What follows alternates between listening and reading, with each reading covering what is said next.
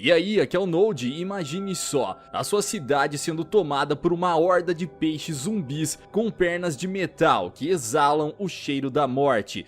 Pessoal, estamos no anime Gyo, Tokyo Fish Attack, do mestre Junji Ito. Uma jovem chamada Kaori e suas amigas estão em Okinawa para uma viagem de férias, quando ao chegarem na casa onde ficariam hospedadas, sentem um odor terrível, como se tivesse um cadáver humano apodrecendo lá dentro. Minutos depois, elas são surpreendidas por uma criatura bizarra que estava correndo e se escondendo pela casa. O monstrengo se enfia atrás do armário da sala e Kaori empurra o móvel com toda a sua força, esmagando e dando um fim naquele bicho, ou pelo menos ela achou que sim. Em seguida, as amigas percebem que se trata de um peixe com pernas de metal e ele é o responsável por exalar aquele cheiro medonho. A protagonista então se livra do animal e as três vão dormir. No dia seguinte, tudo parecia normal, até que Erika é atacada por um tubarão gigante que invadiu a janela do seu quarto. Ao ouvir o grito da garota, suas amigas correm para ver o que estava acontecendo. Kaori consegue ajudar Erika a se livrar daquela coisa, mas agora a aberração está perseguindo as três jovens, que se escondem em outro quarto. O tubarão derruba a porta e parte novamente para cima de Erika, que acaba sendo ferida. Kaori joga uma cadeira no monstro para atrair a sua atenção, e a criatura finalmente desencana de Erika e corre em direção a Kaori.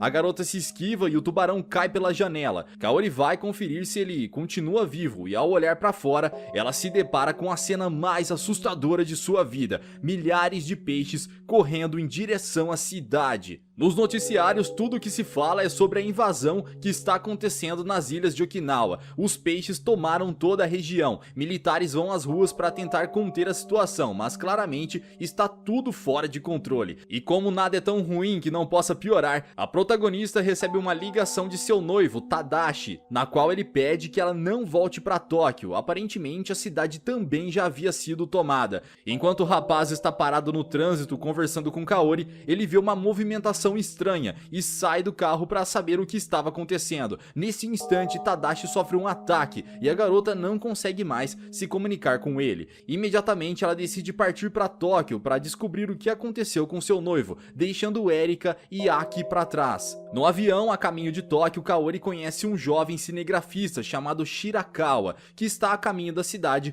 para descobrir mais detalhes sobre aquele fenômeno esquisito. Durante o voo, Kaori pega no sono e quando acorda, ela vê que os passageiros estão apavorados. A garota olha pela janela e suas suspeitas são confirmadas. Os peixes zumbis estão por toda a cidade de Tóquio. Como a pista de pouso também estava tomada por aquelas criaturas, eles sofreram um sério acidente no momento da aterrissagem. Apesar disso, ambos conseguiram escapar ilesos do avião e vão para a estação de trem. Shirakawa descobre que o tio de Tadashi é o cientista responsável por conduzir as pesquisas acerca daquele evento sombrio. Ele então decide se juntar a Kaori na esperança de conseguir uma entrevista com o Sr. Koyanagi, mas sem mencionar nada disso, Shirakawa se oferece para acompanhar a garota na busca pelo seu noivo. Durante a viagem de trem, o maquinista nota a presença de algo estranho nos trilhos. Logo em seguida, Shirakawa e Kaori sofrem um segundo acidente do dia, porém esse foi ainda mais grave. A maioria dos passageiros estavam mortos ou gravemente feridos. Com a ajuda do cinegrafista, Kaori consegue sair do trem e voltar para a estação. Enquanto isso, suas amigas continuavam na casa de verão. Erika diz não estar se sentindo bem e Aki vai atrás dela para saber qual é o problema. Ao abrir a porta do quarto, Aki sente o mesmo fedor que o peixe que as atacou exalava, e ao se aproximar de Erika, o que ela vê após retirar o cobertor a deixou em choque. Erika está completamente desfigurada e Aki logo percebe que isso é resultado do ferimento causado por aquele tubarão que quase a matou. Quando a garota olha seu reflexo no espelho, se assusta com a própria aparência. Ela grita de pavor e começa a soltar gases da morte pela boca.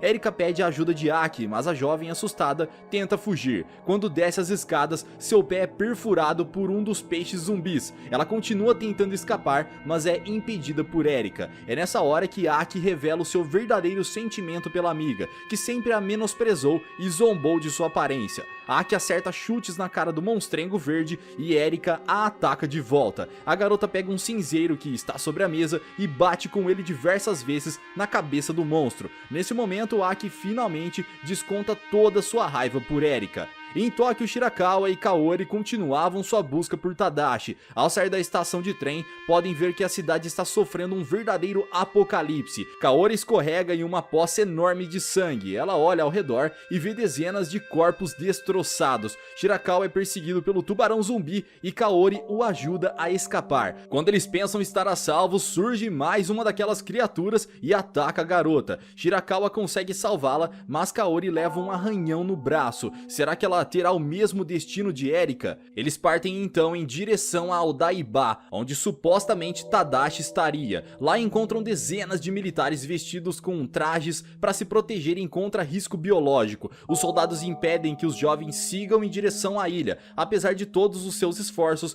Kaori não consegue passar. A garota fica transtornada, Shirakawa tenta acalmá-la e os dois vão para o apartamento do rapaz. Enquanto isso, o caos continua se alastrando. Nos noticiários só se vê desespero. A cada minuto mais criaturas se espalham pela cidade. As ruas são tomadas por criminosos, pessoas desesperadas invadem supermercados e o exército já não consegue mais conter a invasão. Enquanto olham as notícias, Shirakawa e Kaori se deparam com uma entrevista dada pelo tio de Tadashi. Com essa pista em mãos, os jovens vão atrás do cientista na esperança de descobrir o paradeiro do rapaz. Após procurar seu noivo por toda a casa, a garota acha o laboratório do Sr. Koyanagi. Shirakawa dá uma fuçada no computador e encontra um vídeo do cientista, que também foi infectado e por conta disso precisou arrancar o próprio braço. Olha isso, que bizarro, o braço do cara virou um peixe zumbi. Na gravação ele explica que aquelas criaturas são resultados de uma bactéria que foi desenvolvida durante a Segunda Guerra Mundial para ser uma arma biológica. A ideia foi arquivada depois que os cientistas perceberam que os animais infectados por aquele micro-organismo que produzia gás excessivamente dentro do corpo do hospedeiro logo se tornavam incapazes de se mover. Mas o exército japonês teve a brilhante ideia de continuar os estudos e desenvolver uma máquina que permitia que os animais infectados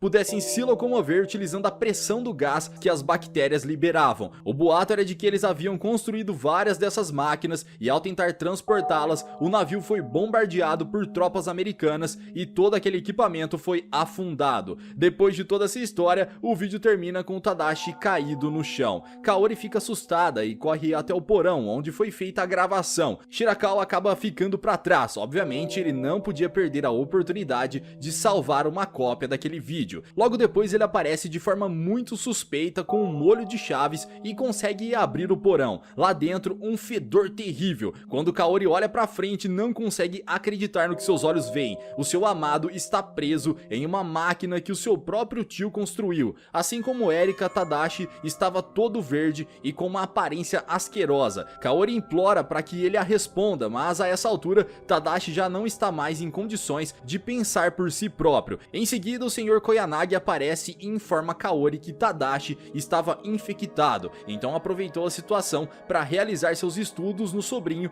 e provar a sua teoria. Bizarro, não é? Imagina ter um tio desse. Tadashi se descontrola, ataca seu tio, ferindo-o gravemente, e em seguida ele foge e Kaori vai atrás dele. Shirakawa fica para trás e ajuda o Sr. Koyanagi a ir até um outro laboratório secreto. Ao ser interrogado sobre o porquê de estar fazendo tudo aquilo, o cientista responde que apenas quer descobrir a verdade. Mas o que será que aconteceu com Aki? Após fugir da casa de campo, ela perambulou pelas ruas de Okinawa, onde os soldados tentavam combater os zumbis. De repente, os peixes começaram a explodir devido ao excesso de gás e seres humanos infectados passaram a tomar os seus lugares. Aki então encontra Erika. O monstrengo estava liberando uma névoa podre por toda a cidade. Erika se une ao esqueleto zumbi e passa a perseguir a garota. Ao tentar fugir, ela cai em uma fenda recheada com milhares de peixes zumbis. Enquanto era atacada por aquelas criaturas, Aki implorava pela ajuda de sua amiga, que já nem a reconhecia mais. Esse foi o fim trágico de mais uma das amigas de Kaori. Ainda nas ruas de Tóquio, Kaori continua em busca de Tadashi, quando vê um soldado atirando em uma das criaturas criaturas,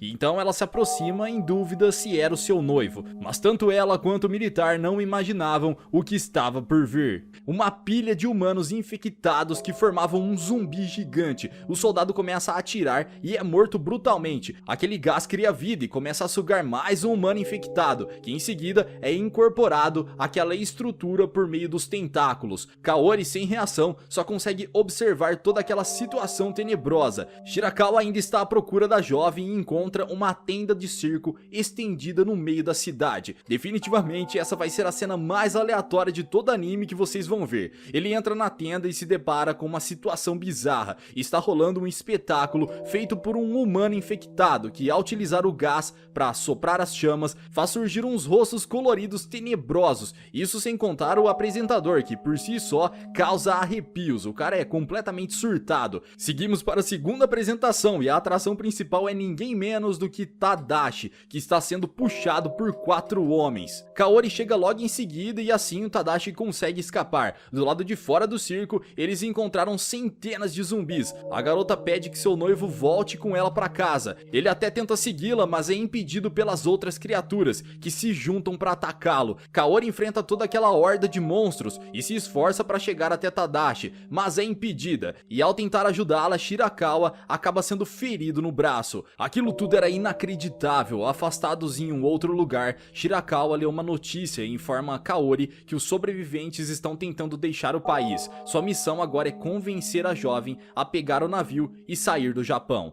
A cidade continua tomada. Kaori e Shirakawa vão até a costa e lá ele mostra que está infectado, portanto não poderá acompanhá-la. Ele revela também o real motivo de tê-la ajudado na busca por seu noivo e pede perdão por não ter sido honesto desde o início. Aparentemente o arranhão no braço da garota não foi causado por um zumbi que a atacou, logo ela não está contaminada pela bactéria. Kaori então pega o bote e vai em direção ao navio. Ainda não se sabe se há algum lugar seguro para sobreviver no planeta. Todas as principais metrópoles já foram invadidas e o mundo está cada vez mais sendo tomado pelas criaturas. A história termina com Kaori indo embora junto com os demais sobreviventes daquele apocalipse. Pessoal, sem dúvida tem que ter estômago para acompanhar essa aventura, é claro, do mestre Junji Ito. Agora eu quero saber de vocês, no meio de todo esse caos, qual seria a sua estratégia para sobreviver ao ataque dos peixes zumbis? Deixa aqui embaixo nos comentários. Vejo vocês no próximo recap de anime. Até lá!